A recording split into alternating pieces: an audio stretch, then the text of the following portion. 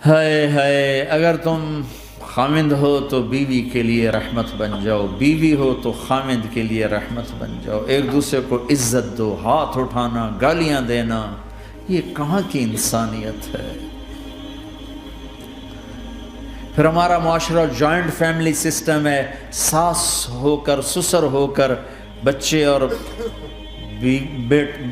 بچی کی زندگی میں اتنا داخل ہو جانا کہ ان کی زندگی کو برباد کر دینا، یہ میرے پورے معاشرے کا ایک سلگتا ہوا، ایک جلتا ہوا، ایک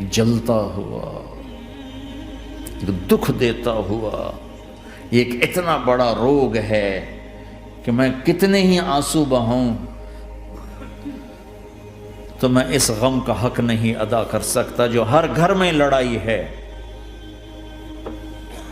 ساس اور سسر کا بے جا دخل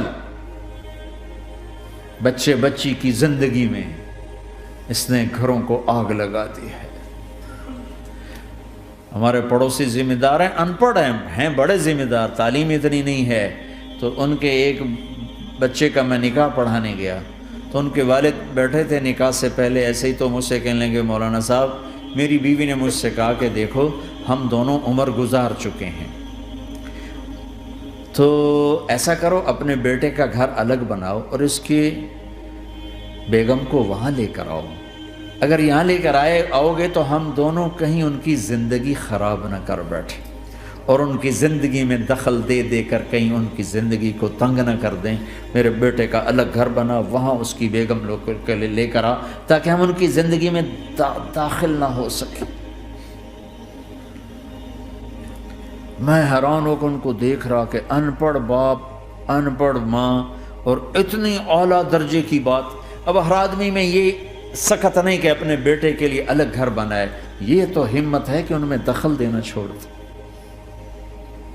کہ خامند سے زیادہ خامند کے ماں باپ اس کی بیوی پہ حق جتا رہے ہوں، یہ میرے نبی کی معاشرت نہیں ہے۔ میں دکھ سے کہہ رہا ہوں، آپ محسوس نہ فرمائیں، کوئی عورت ساس ہے تو محسوس نہ کرے، کوئی سسر بیٹھے محسوس نہ کریں، میں درد بھری فریاد کہہ رہا، یہ میرے معاشرے کا سلگتا ہوا ایک مسئلہ ہے، ایک گہرا داغ ہے جس نے زندگیوں کو تباہ و برباد کر کے رکھ دیا ہے۔ کہیں اس کو الٹ بھی ہوتا ہے کہ آنے والی لڑکی ایسی بدتمیزی کرتی ہے کہ اس کے خامند کے ماں باپ کو بے عزت کر کے رکھ دیتی، رشتہ داروں سے توڑ کے رکھ دیتی ہے، یہ کیسز بھی ہیں لیکن یہ تھوڑے ہیں، یہ دوسرے والے زیادہ ہیں۔ میں اپنے نبی کی معاشرت بتانا چاہتا ہوں کہ میرے نبی کی زندگی میں محبت کے سوا کچھ نہ تھا، کل کائنات کے نبی ہیں۔ اور حضرت عائشہ سے کہہ رہے، عائشہ دوڑ لگائیں، عائشہ دوڑ لگائیں۔ کوئی یہاں کہہ سکتا ہے، کوئی مولانا کہہ سکتا ہے بیوی سے آؤ بیگم دوڑ، تھوڑے کول تو گھر ہی نکل تسی دوڑنا کتنے، چلو پوڑیاں چڑھ دے رہا کرو، پوڑیاں چڑھو ہیں۔ عائشہ دوڑ لگائیں، کون کہہ رہے ہیں؟ دو جہان کے سردار، عائشہ دوڑ لگائیں، تمہاری تو بزرگی فوت ہو جائے۔ تو آپ نے صحابہ سے کہا، ایک سفر سے واپس آ رہے، جاؤ بھائی سب آگے چلے جاؤ، وہ سارے آگے چلے گئے، جب وہ نظروں سے غائب ہو گئے، عائشہ آؤ دوڑ لگائیں، دونوں نے دوڑ لگائی۔ حضرت عائشہ فرماتی ہوں میں آگے نکل گئی، کچھ سال گزر گئے تو میں ذرا موٹی ہو گئی، تو ایک سفر سے واپس آ رہے تھے، آپ نے کہا صحابہ سے چلو بھائی آگے، سارے صحابہ آگے چل کے غائب ہو گئے، کوئی نظر نہیں آ رہا، تو پھر آپ نے کہا عائشہ دوڑ لگائیں، میں کہ لگائیں، کہا ہم نے لگائی تو میں ذرا موٹی ہو گئی تھی، تو نبی آگے نکل گئے، تو پھر آپ نے فرمایا ہذہ بتلک، عائشہ آج میں نے اپنا بدلہ لے لیا، اس وقت تم جیت گئی تھی، آج میں جیت گیا۔ آپ نے نبی کی زندگی پڑھو اللہ کے واسطے کہ آپ نے گھر کیسے چلائے، کھانے کو کچھ نہیں اور بیویاں خوش ہیں، سلوک تھا نا، کھانے کو کچھ نہیں ہے، 2 مہینے چولہا نہیں جلتا ہے، لیکن بیویوں کو ایسی محبت تھی کہ وہ قربان ہوتی جا رہی، اور یہ سب کچھ دے کر گھروں میں آگ ہے، اس لیے کہ بول ٹھیک نہیں، نہ خامد کا بول ٹھیک ہے نہ بیوی کا بول ٹھیک ہے، اور عام طور پر زیادتی چونکہ مردوں کی طرف سے ہوتی، کبھی عورتوں کی طرف سے بھی ہوتی، میں تو دونوں کے لیے بات کر رہا ہوں۔ اس زبان کو میٹھا کرنا سیکھ لو، اگر اپنے گھروں کو چین سے سکھ سے بھرنا چاہتے ہو تو چیزوں سے نہیں آئے گا، تمہارے سلوک سے، بیہیویئر سے آئے گا۔ اپنے سلوک اچھے کرو، اپنے رویے اچھے کرو۔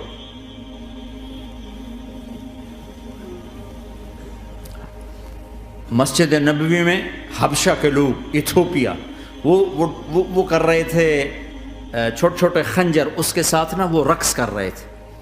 تو حضرت عائشہ کے کان میں آواز پڑی کہ یا رسول اللہ میں نے دیکھنا ہے۔ تو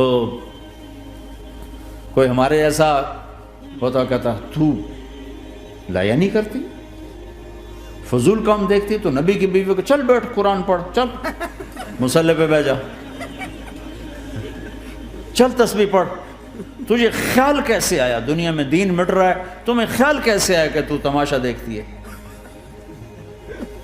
آپ نے کہا آؤ دیکھتے ہیں۔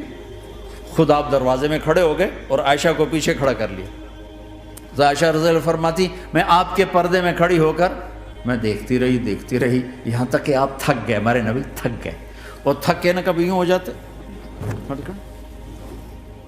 یوں ہو جاتے، ایک پاؤں کا سارا، پھر کہنے لگے عائشہ بس نہ کریں۔ میں نے کہا نہیں ابھی میرا دل نہیں بھرا۔ کہا اچھا ٹھیک ہے۔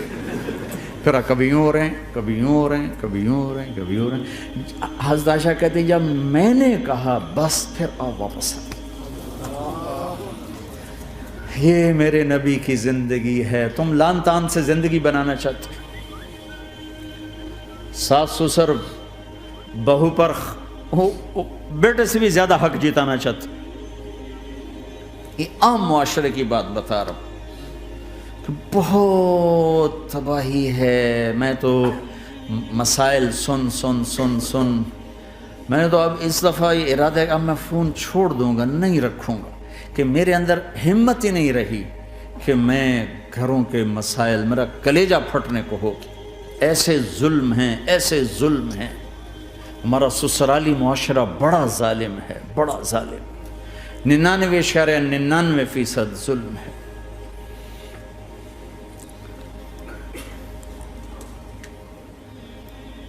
یہاں آنے سے پہلے ایک بچی کی بات، پنڈی سے اس کا فون آیا کہ سسرال نے کہا تھا بچی ہوئی تو طلاق دے دیں گے۔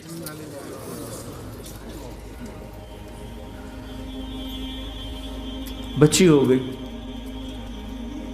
میں نے ہاتھ جوڑے، پاؤں پکڑے، میرا کیا قصور ہے، اللہ کی تقدیر ہے۔ طلاق دے دی، نکال دیا گھر سے۔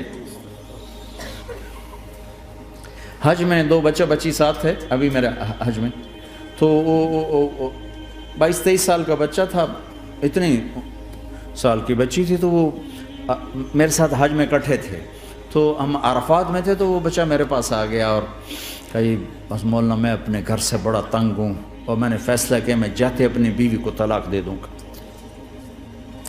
میں نے کہا شادی کتنا عرصہ؟ کہا 3 سال۔ میں نے کہا بیٹا ایسا نہ کرو، میں جب حج سے ہم واپس جائیں گے نا عزیزیہ میں، تو تم دونوں میاں بیوی میرے پاس آنا۔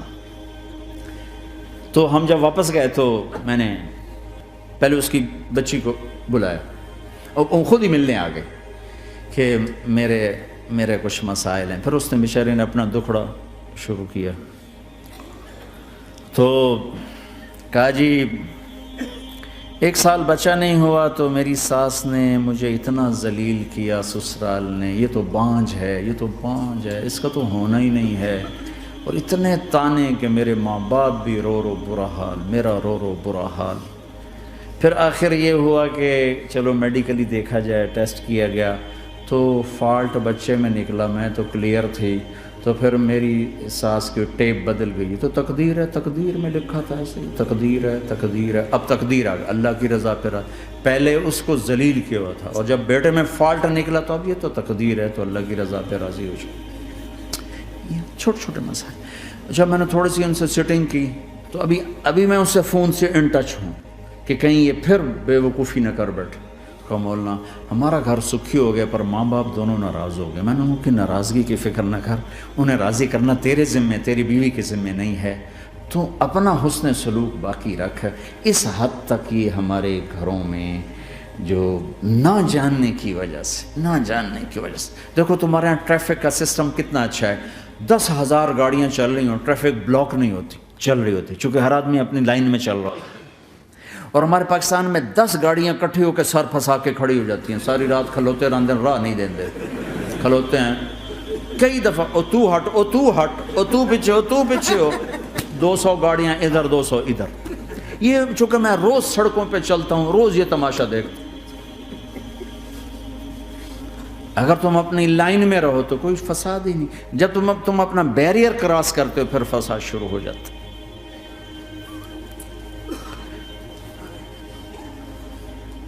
تو بھائیو اپنے نبی کی زندگی سیکھو، ایک سارا کام، چھوٹا سا کام، زبان، غیبت چھوڑ دو، جھوٹ چھوڑ دو، گالی چھوڑ دو، تانا چھوڑ دو، طنز چھوڑ دو، برا بھلا کہنا چھوڑ دو، بلکہ حوصلہ افزائی کرو، تعریف کرو۔ ایک ہماری دھوبن تھی ماسی شریفہ، مرحوم 85 میں فوت ہوئی، سن 85، بہت لڑاکی تھی۔ تو آگے ایک دن میری بہن کے پاس کہنے لگی، بی بی میری یہ نو میں نال بڑا لڑتی آپ تھی، میں نے کوئی تویز دے ساریا میری یہ نوکر بن گیا۔ تو وہ میری بہن نے ایسے نا ایک کاغذ پر نا وہ کل لکیریں لکونے لگا کے تو ایسے بالکل رول کر کے کہا کہ ماسی شریفہ جب تیری لڑائی شروع ہو نا تو نے یہ تعویذ یہاں رکھنا ہے،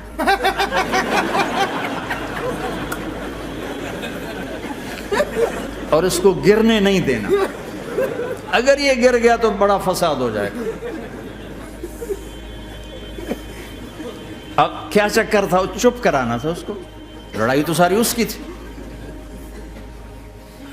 ہفتے کے بعد وہ آگے، بی بی تو تا ایسا تویت دیتا ہے ساری لڑائی مک گئی، کیوں جو ماسی شریفہ آپ چپ ہو گئی؟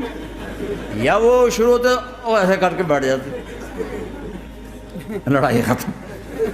تو میں سب کو یہ تعویذ دے کے جا رہا ہوں، جب تمہاری لڑائی شروع ہو تعویذ یہاں رکھ لینا، بولنا نہیں، دیکھنا چند دنوں میں تمہارے گھروں میں محبت کے پھول کھلیں گے۔ یہاں بہت زیادہ طلاق بڑھ چکی ہے، تھوڑے دنوں میں طلاق جو ایک دوسرے کی برداشت نہیں ہے۔ یہ میرے نبی کی زندگی ہے، برداشت کرو۔